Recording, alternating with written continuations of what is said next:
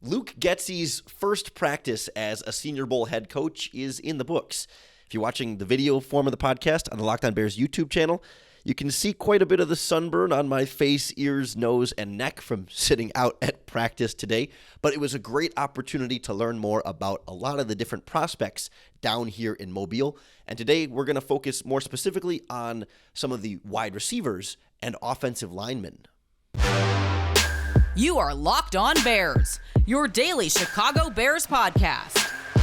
Part of the Locked On Podcast Network, your team every day.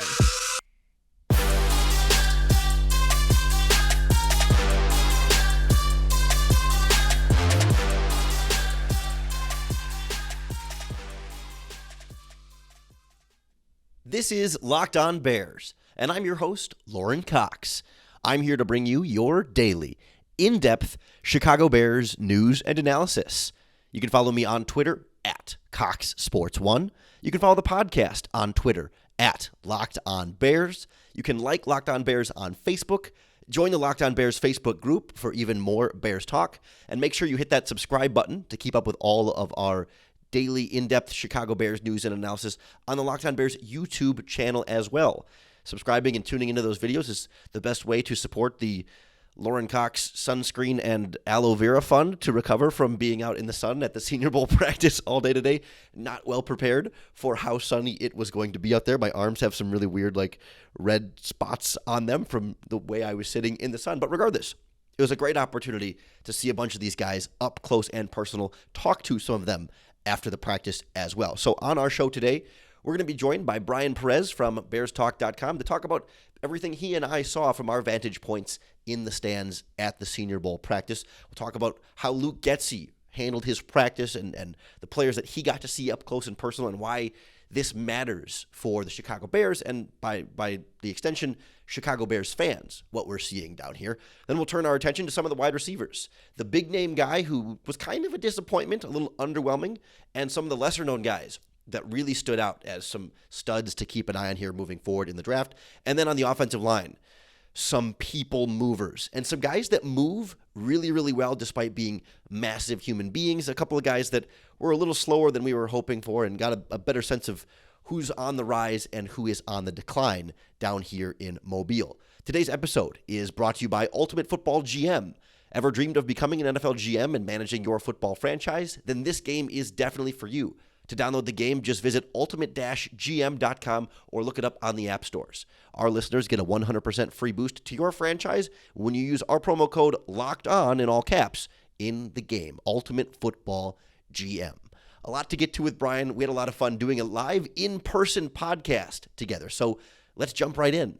All right, we are live in person down in Mobile, Alabama for the Senior Bowl in the beautiful business center of our Holiday Inn hotel here. Lorin Cox alongside Bryan Perez of BearsTalk.com, recapping some of our early takeaways from the week of Senior Bowl practices down here. And Bryan, I wanted to start with Luke Getsy being the head coach of the American team, and I wanted to get your impressions on what you've seen from him running practice, operating the whole head coaching side of this, because we've seen coaching staffs handle the Senior Bowl practices different ways over the years, and there's advantages and disadvantages to different ways of doing it, but what are some of your early impressions? I would say my early takeaways are that his approach to the American team was a little less intense, at least initially, than what we saw from the national team. It seemed, I don't want to say a little more disorganized, but it was pretty clear to me that Getsy hasn't necessarily been in charge of every phase of a practice until really today. Yeah. Lorin, you had a chance to be in the media scrum after practice when Luke basically acknowledged he's never been a head coach on any level of football before.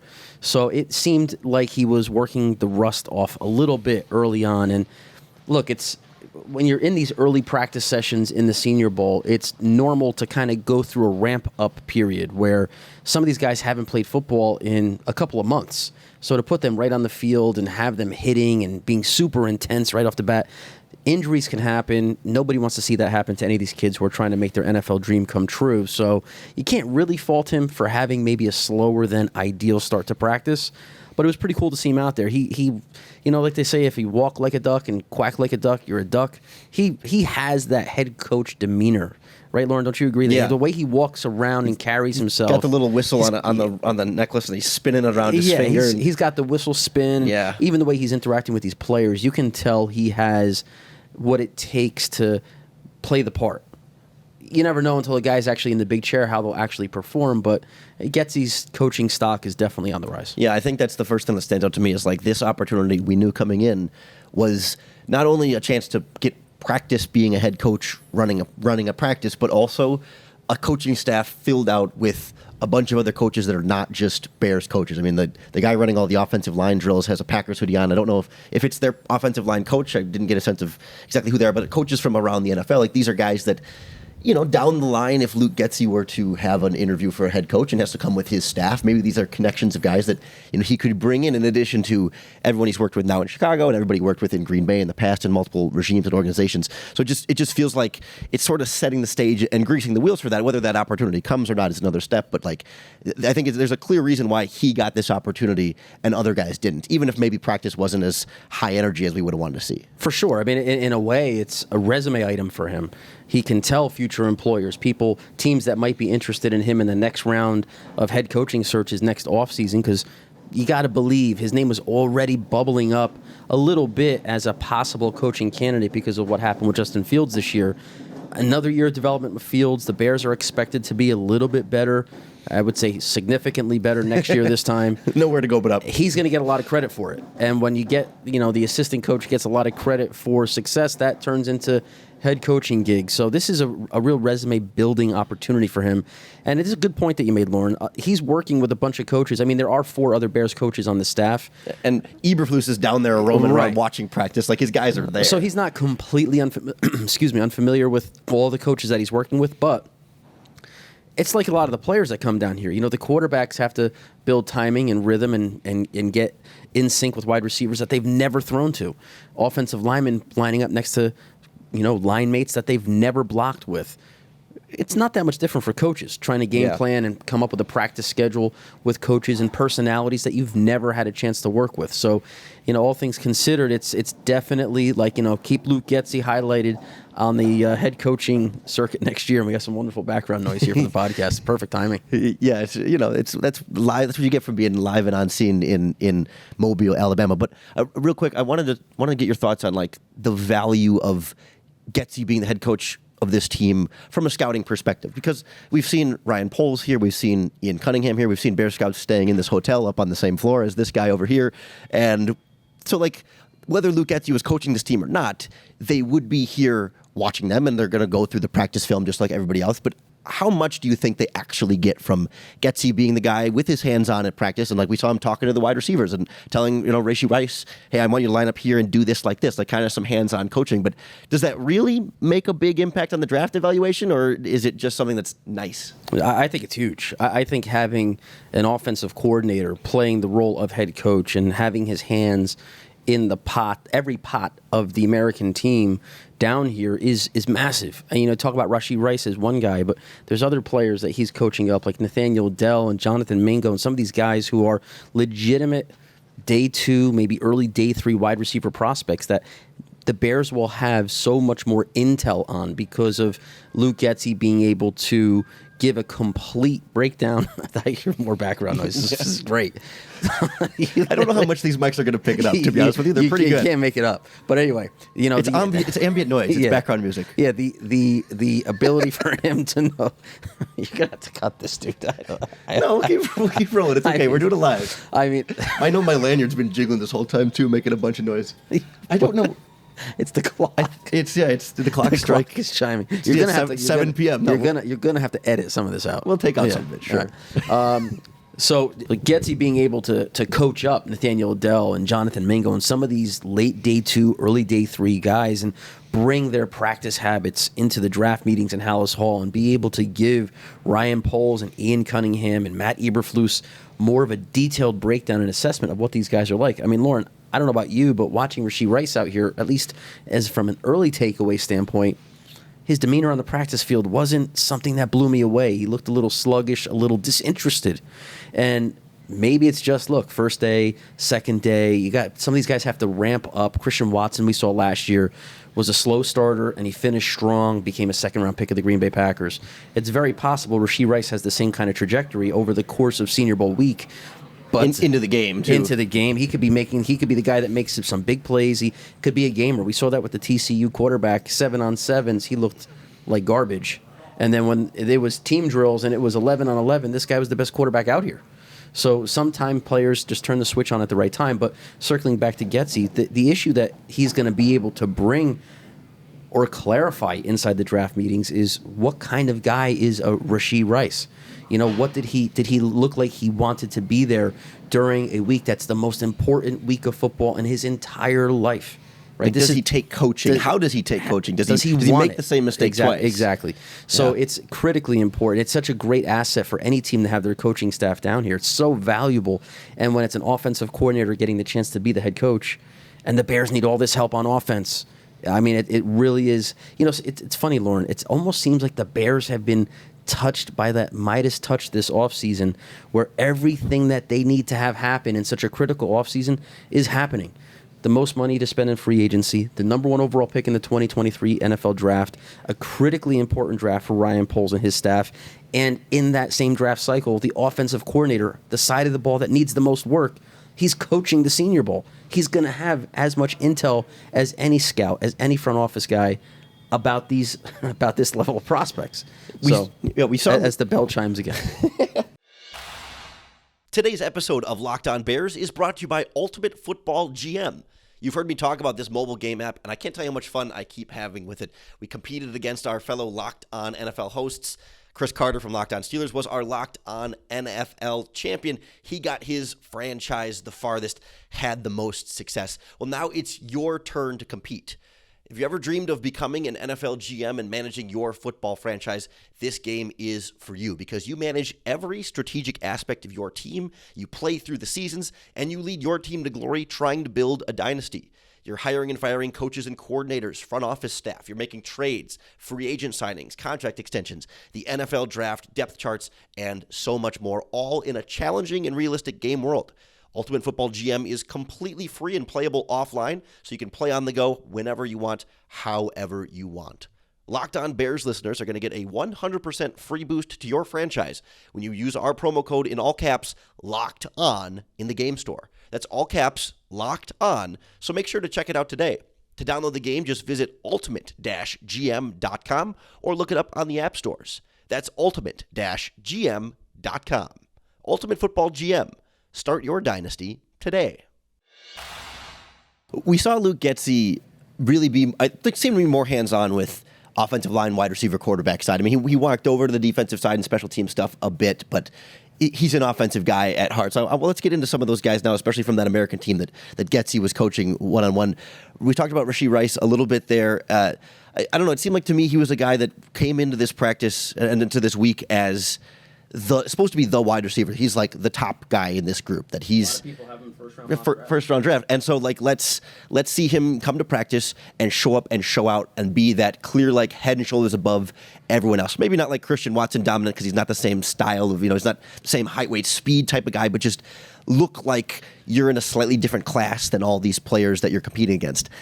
And we didn't really see that. He made a couple of really nice contested catches, a couple long arms away from the body, or there was a deep bomb where the cornerback is right in his hip pocket, but he's able to kind of get his body and catch it with his body between the ball and the defender. But in both of those cases, it's impressive because the defender is right there. And why is the defender right there? Well, he couldn't separate. So I don't know. Does it change how you feel about a guy like Rice, or is it confirming some of what you thought about a guy like Rice? I mean, it seems like it matches the scouting report a little bit, but also not the level of talent. Yeah, I think this is why these events are so important. A lot of what you see in college film, the level of competition some of these guys face, a couple of big splash plays here or there changes the end of your box score stat total. So sometimes players can get inflated a little bit even after watching tape and seeing them play through their college career. It's not look, we know the NFL draft is an inexact science. Guys miss on picks all the time. And Rashee Rice is the kind of player who, all right, we're seeing him in Mobile against the top competition, and early here in the week, it's very early, but he did not look like the best receiver at this game. He was not the best receiver on his team. He probably wasn't even in the top 3 of on his side, and they carry, 6 or 7 receivers on the squad? So he wasn't even in the top half of the receivers on his team at this game. He didn't look like a first-round player. He didn't look like a second-round player to me. Coming into the week, I thought he had some Brandon Ayuk-ish traits. I wrote about it on Twitter. I actually tweeted about this. He's not as springy or as twitchy as Ayuk, and I think that showed up today. Yeah. All right? In the practice sessions, he did not look like he had the kind of juice to take advantage of his incredible catch radius, his ability to catch away from his frame. Yes, guys who can make contested catches and pluck the ball away from their frame are open even when they're covered, but you don't want a guy to be covered all the time. You want a guy to be able to separate and have some easy passes for the quarterback. At least in the early takeaways that we're having here, Rice, I don't know. I mean, is he a guy that I would want the Bears at this point to spend a second-round pick on, let alone a late first if they somehow traded back or traded back into the first round? He didn't look like that guy today. It's unfair. Now, look. Still have the combine, still have pro days. It's so it's unfair. a practice. It's so unfair to make any conclusory statements about a player after one. What is this? It's a word. Conclusive. I don't think conclusory is a word. It's okay. It just makes me laugh. Look it up. It's a word. I'm going to look it up. You keep talking. No, I want you to look it up. Any statements like that, whether it's conclusive or conclusory, I'm stopping until you find it. Conclusory, consisting of or relating to a conclusion. Wow. Thank you. I apologize for interrupting you. Now that can't get edited out. Yeah, conclusory. Yes. I don't think I've ever heard someone use that word. There you go. Well, welcome to the podcast, Mark. Yeah, you can't make those kind of conclusions after just a couple of practices. It's not fair. It's not fair to a player who has had a history of production year over year.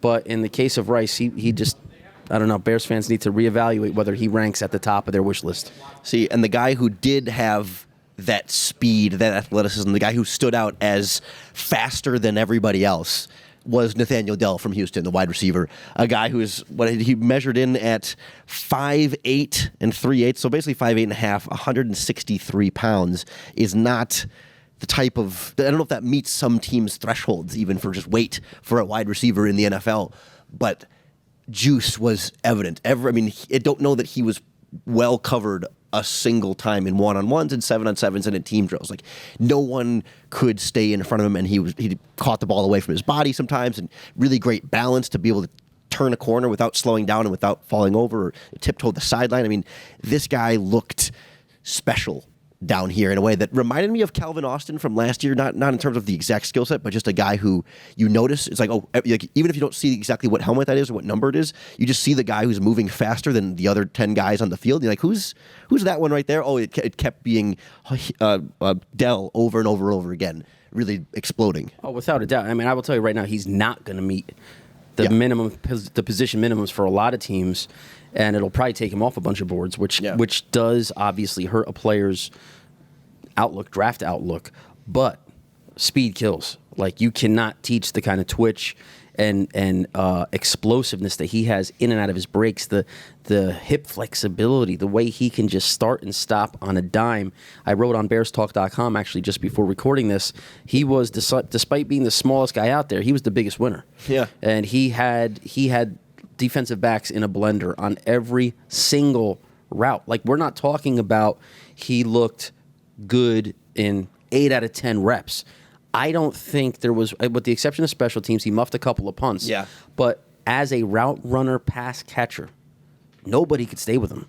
Now, here's the thing. Lorin, you brought up Calvin Austin from last year. He ended up being a 5th-round pick or something like that. Something the like Steelers. That. Yeah. He had all the buzz down here in Mobile, but it still wasn't enough to overcome his physical size limitations. And look, he gets to the NFL. Yeah, sure, he's blocked on the depth chart with the talented Steelers wide receiver group, but he made no impact as a rookie. So this, again, is a warning for football fans, Bears fans, draft fans, not to overvalue a few practice sessions for a player. But here's the thing. Nathaniel Dell, I believe he had 17 touchdown catches in 2022. Yeah. 1,300 yards. So it's not just like he's a really good practice player. This is a dude who, even on the field, defensive backs week in, week out, year out have not been able to cover. So at some point, you have to look beyond his weight. He's managed to have success at 160 some odd pounds in every year of his college career, and now down here in Mobile, where there are some pretty big and physical cornerbacks down here, he has still managed to be the guy. You would think, let's put it this way, Lorin, Dell is playing the way everybody thought Rice would play. Dell is making wow, that guy is legit. That guy's the best player on the field, which is what everybody assumed Rashee Rice was going to be. And it has been not even close. It's not even close. Rashee Rice looks the part. Nathaniel Dell is playing like the part. He's playing.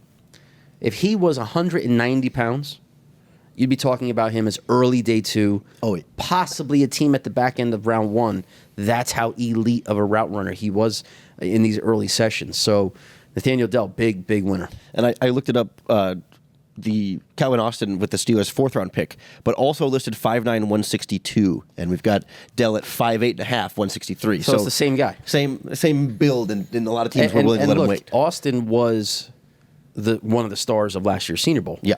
And it resulted in a 4th-round pick, right? Yeah, and if he went round 4, does that mean that that's kind of a safe projection for Dell? Maybe. And if a team like the Bears can grab a player with that kind of explosiveness that late in the draft, give me a kid like Nathaniel Dell over Velus Jones Jr. Yeah. Right? I mean, Velus Jones Jr. is a straight line 4-3 guy. He can obviously change direction too, but he was down here last year. We got to see him up close down here. Reportedly, he was down here this year on the sideline. I saw pictures. Oh, really? Yeah.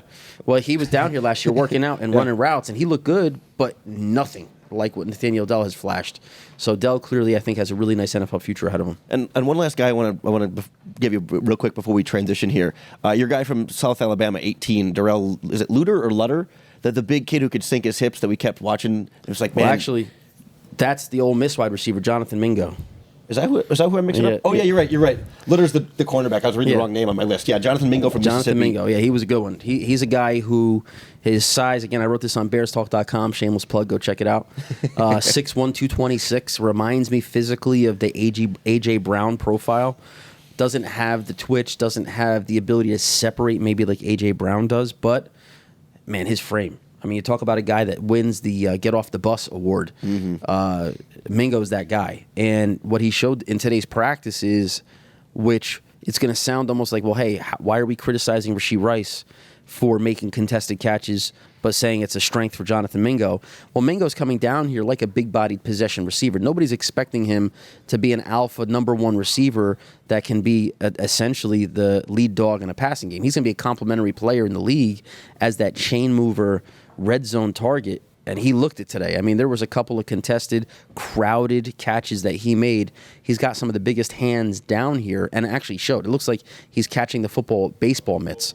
So I think he's another guy that's going to go much higher than people think because, you don't find 6'1", 226-pound wide receivers every year. I don't know how fast he's going to run. I think that's going to be his big hurdle he'll have to overcome, but his physical makeup and his ability, he's a coordinated athlete. He's not just a big dude out there who, maybe has stone hands. He's a soft catcher, catches the ball with his hands. You don't hear the ball hit his hands, very soft hands, and he concentration catches. He doesn't drop the ball in the crowd. He doesn't shy away from contact. So he's another guy who I think that has done well for himself early on. This episode is brought to you by FanDuel.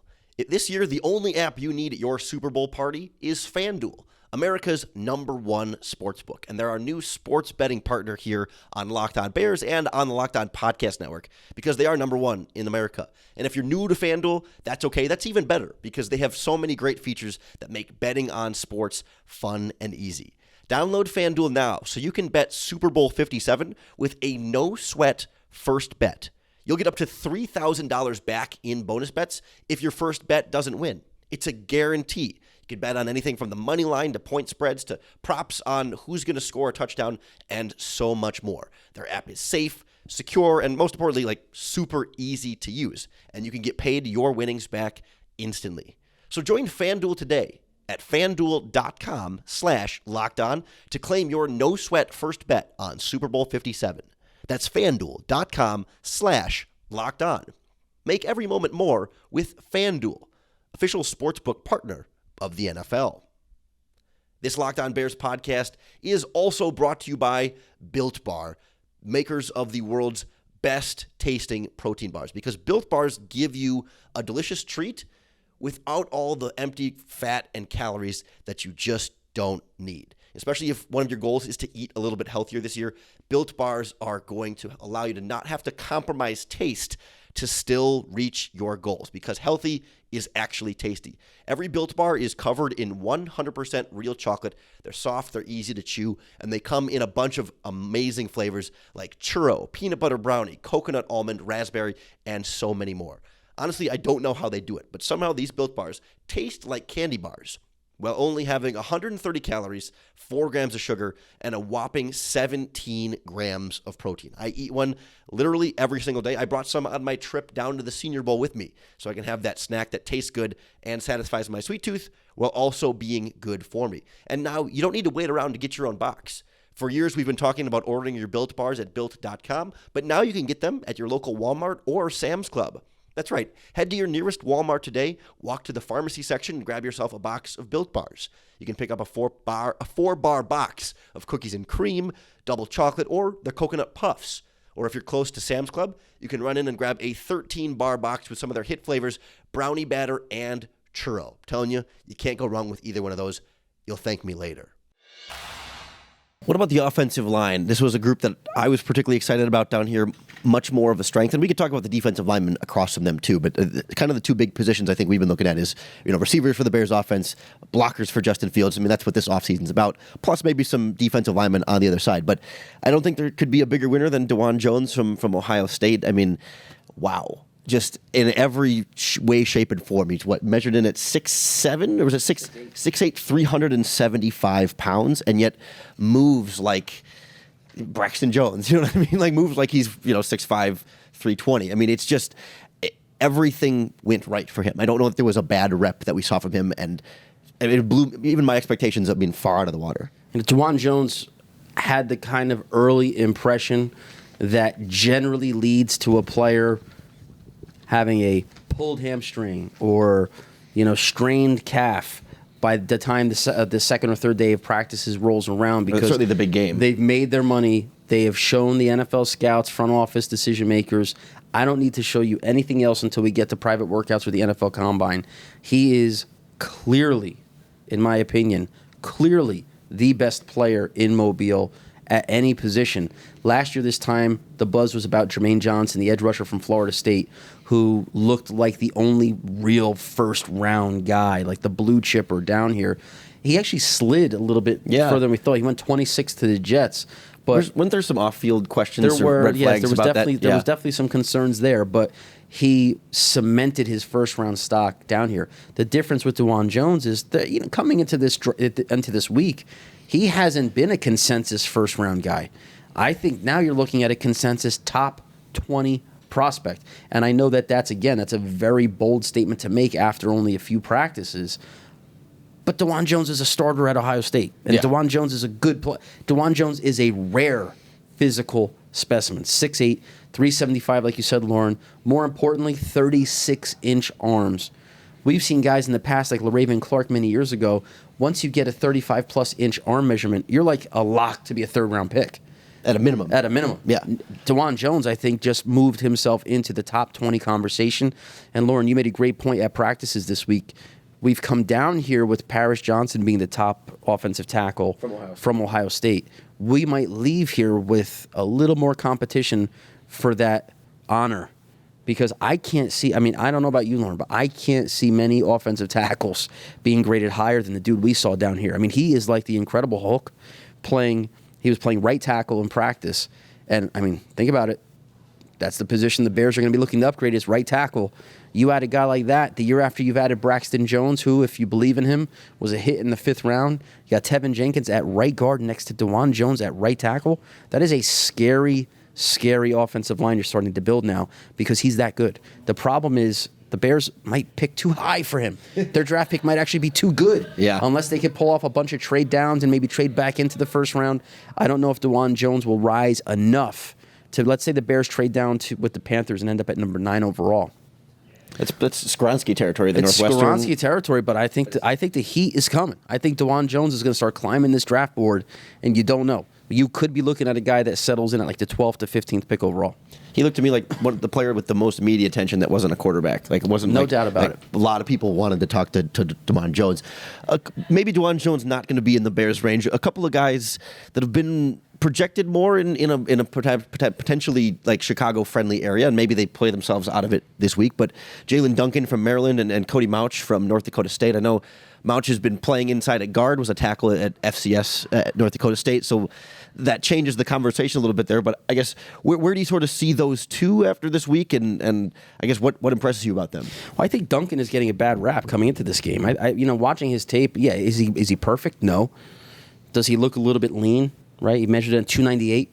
Yeah, he does. And below the waist, especially the legs a little bit thin and a little top heavy, but not. It doesn't look like bad weight though. It's right. It's just slim. It's always concerning when the guy doesn't have, in scouting jargon, sand in the pants, and he does look a little bit light in that area. But if you look at Braxton Jones, he's a small butt. If you look at Braxton Jones, I mean, Braxton Jones has stick legs for a left tackle. Yeah. And he did okay, right? Is that the Ryan Poles method, the Ryan Poles type? Yeah, right. I mean, he does like the leaner, more athletic guys. And if that's, kind of transitioning into what Jalen Duncan does well, and I think he showed it down here, is he's got great feet. He's not going to be beat by speed rushers. He might have struggle against power, and his hand play needs to improve.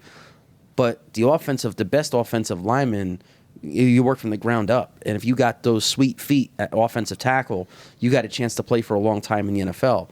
Duncan, to me, in this draft class, is in that mix. Like, he could be an early second-round pick, if not a late first-round guy. Mm-hmm. I mean, when the 2022 college football season started, go back and check those mock drafts. Jalen Duncan was like a top 15 player in all these mocks. His stock has plummeted. Maybe had a bad year. I haven't watched all his 2022 tape, but the games I did watch, his athletic ability jumped out at me, and I thought in practices his feet looked the part. And I think an offensive line coach is going to fall in love with what they can do to him. You put him in an NFL strength and conditioning program, maybe he adds 5 to 10 pounds. Now he's in the low 300s. And with those feet and the athleticism that he has, he's definitely an NFL starter. And if you can land that in the second round, I think he proved that. And with Cody Mauch, I was going to say, like, feet seems to kind of be the theme here with some of these guys. Like, Jones moves so well for his size, and Duncan moves so well for being a really athletic tackle. And Mauch kicking inside the guard mostly because he's a little bit short, a little bit light, and the arms aren't as long. But, like, also still moves really, really well. And even, like, some of the guys that struggled, like Jarrett Patterson from Notre Dame was just slow in the feet, like, trying to move and stay in front of people was just an absolute struggle. And even Asim Richards from North Carolina, like, just can't get the feet out of the ground. It's like they're stuck in quicksand or in mud trying to move. And that was really what stood out to me is going against some of these really athletic pass rushers that they're like, KJ Henry from Clemson, Keanu Benton from Wisconsin that can just get off the snap and challenge them. Like, those were the guys who could move were the guys that really stood out, and the guys who struggled, at least certainly when they're moving backwards or trying to get out in space and run blocking, the guys who couldn't move were the guys that we really felt like just weren't jumping out at you. Yeah, and I think Mauch, like you said, he flashed enough at guard to show that the jump in level of competition that he's making this week, the power, the strength of the defensive lineman he's going against that is a level up from what he's used to, it's not overwhelming him. He clearly has enough natural power to be an interior offensive lineman in the league, and he has that level of athleticism to be able to get to the second level, to be able to finish blocks in space. Not a lot of guys can do that. Some of these offensive guards that we even see down here are the bigger power players. Like you're talking about, the feet maybe aren't as quick, and even if they have enough short area foot quickness to get to the second level, they're not going to cover enough ground quickly enough. They're not catching a Roquan Smith in the NFL. Right. Maybe some of the guys here, but not those kind of guys. Exactly. Yeah. So I think he helped himself, and he showed positional versatility. And he's got offensive tackle tape for college. He's putting on guard tape here. There's a chance he might even get some reps at center. He's working on snapping the ball. The more you can do along the offensive line, even if you're not a glamour guy, if you're the sixth offensive line the team carries on game day, or you're missing two front teeth and you have long Viking hair, you're going to play in the league you'll play in the league for 10 to 12 years. So, but I think he definitely projects right now. He's already a first round guy in mock drafts, which that's where I don't understand. Like, Dawand Jones is not. Yeah. And Dawand Jones, with all due respect to Mauch, Dawand Jones was a different level of player than we saw anybody else on that field. Several guys on that field are being mocked in the first round. Osiris Torrance is one of them, From and Florida. he looked good. He looked fine. But Dawand Jones looked like the best offensive lineman in Mobile, Alabama this week. Even better than Matthew Bergeron from Syracuse, too. Like another guy we were excited to see. And he played really well, but like he isn't nearly as big. I mean, he's not small, but he's just not as big and as strong as Jones. Dawand Jones, the thing that often gets overlooked is, we're amazed by how well he moves for such a big guy. And then you combine those movement skills with the 36-inch arm length and just the width of his frame. It's hard imagining NFL edge rushers being able to routinely get by him or around him or through him, right? Because he's got the good enough feet. He's plus on the size scale, and he's got incredible length. And he's a former high-level, highly recruited high school basketball player. What does that tell you? He's an athlete. The guy's an athlete. So, I mean, I don't want to steal the thunder of these other guys, but the point of this is Dawand Jones, the Senior Bowl, is meant for players like Dawand Jones to get that chance that maybe they haven't had, even at huge programs like Ohio State, where they've been in other players' shadows. C.J. Stroud, or some of the defensive prospects that have come through there. Another offensive lineman that maybe just because of talking narrative storylines that were preconceived before the season, he hasn't had a chance to have his spotlight moment. And oh man, is he taking advantage of his moment in Mobile. Well, real quick before we wrap up, defensive line is going to be a big emphasis for the Bears, no matter what they do with that number 1 pick or trade down. Any standouts, positive or negative, that jumped out at you on that? And I know it seemed like the offensive linemen were the one that had the bigger distinction in terms of like guys who looked really good and guys who looked really bad. And D-line was a little bit more like hit and miss, some ups and downs, some guys. But any standouts in the positive or negative for you? I think this year's group of edge rushers has a lot of upside. That's here in Mobile, has a lot of upside. But we're going to see that progress a little more as the week goes on. I thought one of the more disappointing players for me was Andre Carter II from Army. Yeah. He's a player that Mel Kiper has had in very high in some of his prior mock drafts. And when I watched this film and saw that, how Army's the defense aligns him so wide on the defensive formation, and he just runs in a straight line at the quarterback. Everybody coming down here wonder, well, what is he going to? Does he have a pass rush arsenal? Is he going to be able to showcase against top level competition that he has a pass rush plan? That rep against Dawand Jones was embarrassing. That was sad. I actually felt bad for him because he looked like he won a competition to just come down here and get one rep against the NFL draft prospects, see how you do. I mean, he got demolished. He did not look like he belonged here. He did okay. He recovered a little bit in team drills, 11-on-11. He did have a nice pass rush where he created a pressure, but man, I don't see him. I think he's a late day 3 pick. Really? Based on not just here. I mean, based on film. I don't get it. I don't see it. I think a lot of times when you have a nice story like an Army prospect, which rarely Congress changed a law in the end of the defense bill or whatever to allow him to go to the NFL. Yeah. Sometimes these stories kind of run away from themselves, and the actual traits of the player get lost in the story. What we're seeing down here is he's got a long way to go before you could put him on an NFL field. And he went up against potential NFL offensive linemen. And many of these guys won't ever become starters. And he went up against some of these guys and was just getting stonewalled. So he was a disappointment for me. Yeah. Sometimes the stories can get away from you, but they never get away from the great Bryan Perez of BearsTalk.com, a veteran of the Senior Bowl down here. Bryan, let everybody know where they can find your coverage and Bears stuff all throughout the rest of the offseason. Well, always BearsTalk.com.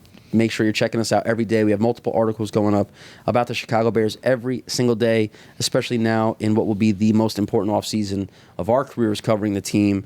It's going to be a lot of fun. So BearsTalk.com, Twitter at Bryan Perez NFL, BRYAN, and at the Bears Talk. Also, head over, if you're probably watching this on our YouTube channel right now, but if you're not, please head over to the Bears Talk YouTube channel, subscribe.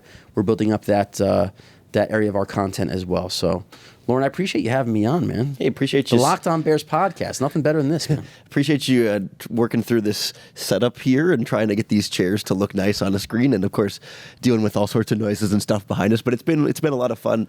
I'm sure we'll have plenty more content coming out of the Senior Bowl all week long and beyond. So go check out Bears Talk. Of course, come on back for some more Locked On Bears. And we'll be right here next year doing the Senior Bowl all over again. Absolutely. Brian, it's been a blast. Same here, man. Thanks again to Bryan Perez from Bears Talk for joining us on the podcast today. If you enjoyed our conversation, make sure you hit that subscribe button on the Locked On Bears YouTube channel so you're keeping up with all of our video podcasts as well, or wherever you're listening to the regular podcast, keep coming back for more. Thanks for making Locked On Bears your first listen each and every day. Don't forget to check out Locked On NFL Draft for your second listen to get even more Senior Bowl coverage from down at Mobile, or Locked On NFL for even more Super Bowl coverage in the lead up to the big game, big head coaching changes, and a lot more to break down from the league-wide perspective. So check those out. Come on back tomorrow to make Locked On Bears your first listen again today. And of course, you have to come back for your next opportunity to bear down.